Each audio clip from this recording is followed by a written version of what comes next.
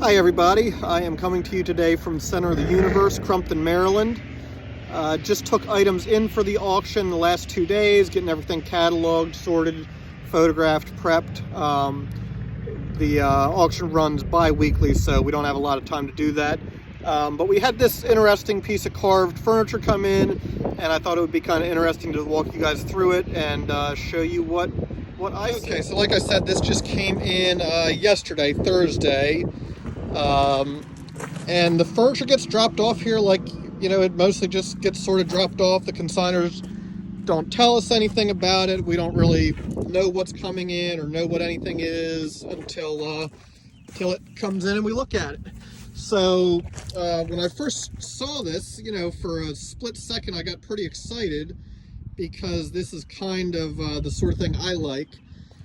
Looks like a Pennsylvania, Delaware Valley-ish carved up mahogany dressing table or lowboy maybe, but my first thought is when I got closer to it is it's a bit of a wide boy. I don't have the tape measure out here, but side to side across the top we're looking at like 40 inches, and pretty common to see these.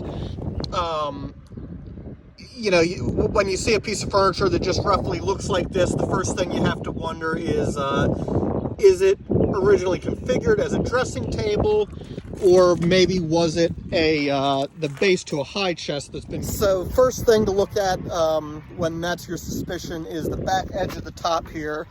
And here we've got, looks pretty old, not like brand new, but pretty big chunky piece of mahogany there, very, very thick.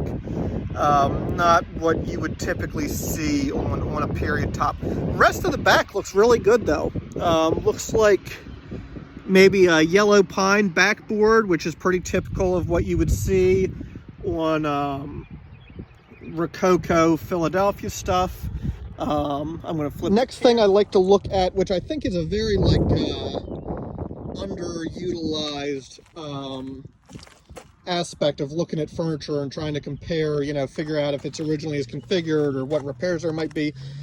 I'd really like to look at the grain of the lumber in any piece of furniture that we're hoping is 18th century, because the quality of mahogany they would have access to then is very different from what they would have access to even 100 years later. So we look at the grain of the top, and it's a bit open. Might be easier to sort of start with an example of down here on the leg with the carving. You can see this sort of densely grained, very heavy, very densely grained, finely grained mahogany timber. Again, back up to here, and I'm getting close, and no figure to it, no life to it.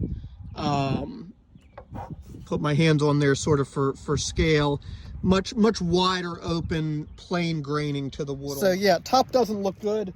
We also want to, then we want to consider, like, is this thing 18th century even? There is old furniture, the top could be that old, but we could have just a piece of centennial furniture, so it helps to get a look inside and study the drawer construction, study the secondary woods. This looks to me to be yellow pine drawer blades and Atlantic white cedar drawer bottoms, which is exactly what you would want to see on a piece of 18th century Philadelphia furniture. And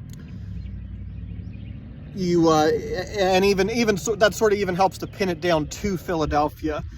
Something outside the city, maybe like in Lancaster, Pennsylvania, you would see some poplar utilized. You can certainly see some poplar utilized in period Philadelphia furniture, but getting into the later 18th century, the 19th century, at the very beginning, when they seemed to have, when they had access to any timber they would want, what the cabinet makers really seemed to like was yellow pine for those drawer blades and white cedar on the bottom. Now this is a bad aspect. This piece of furniture has obviously been worked on a little bit, so not the best view for you there, like that almost. Like there's some marks and stuff on the drawer sides from when it's been refinished, some tool marks. where it's hard to tell it's yellow pine. Here's a view from inside. Okay, so on the inside of that drawer blade, you can see better that it is yellow pine on that drawer blade. Now, we don't want to throw out the baby with the bathwater. This is not something, you know, with the issues it has, not something we're going to buy to take to a big fancy show. But still, like, look at the quality of this carving, and kind of unusual quality. I want to look when I get home in some of my chipstone books and see if I can figure out the identity of this carver. This outer shell is unusual to me. The leaves on the knee, pretty nice, pretty accomplished. Beautiful piece of furniture. The hardware even, let's see, has a chance. I mean, it has... All right, so now flipping the piece of furniture up on its end, I'm going to show you the underside of the top. I think we've already pretty much determined, you know, I mean, I have anyway, that, you know, this is the base to a high chest, or a high boy, as they're called sometimes, you know, that's been separated from its top section and turned into like a dressing table or server. People use them as servers sometimes.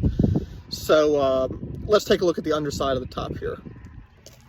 I've pulled a couple drawers out, and you can see, you know, it doesn't have much color to it. We might not expect it to have a lot of color because it has been protected from oxidation by all these drawers. But that is really not a lot of color at all. You know, looks to be old. I mean, I would say that top maybe has been on there for 100+ years, but not what you would expect. You can even see sort of some atypical construction. You can see, you know, a shadow here where we no longer have a piece of wood that we obviously did at one point, so not a good sign. You feel it. Always run your hand across perpendicular to the grain, and on a good antique piece of lumber, you'll be able to feel the hand plane marks. It'll feel sort of, you know, like this.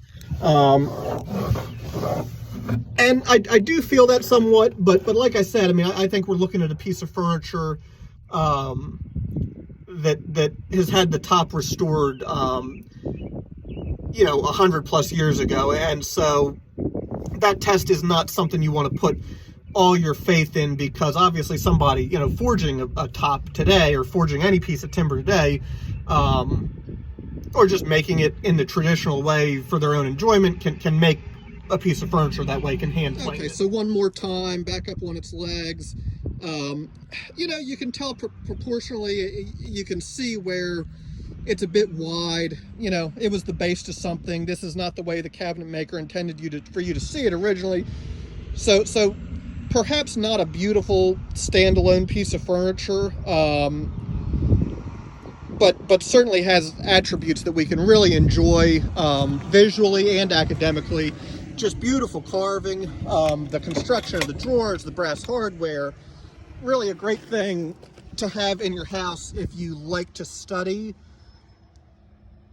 early American furniture, if you like early Philadelphia furniture. A great study piece to have, because this will not bring a lot of money. Who knows? I mean, it could bring $300. You know, if a couple people, you know, appreciate it and don't really care, maybe it could bring $1,000, $1,500, but certainly a fraction of what you would pay for one originally, the way it was configured. It's a bit of a survivor, a bit of a relic, but cool thing to have if you can't afford the big, you know, $30 or $50 or $100,000 price. So there you have it. You know, maybe a little bit of a bummer for us. We'd certainly rather have the full-blown Philadelphia carved Rococo lowboy come in on a Thursday, but still really interesting. I hope you enjoyed this. I hope you learned something. And yeah, if you want to bid on it or something, just message me. I'll send you the link, or I'll try to post it in the comments. Have a great day. If you're in Brimfield, I hope you're doing well. And if not, good luck out there in the trenches.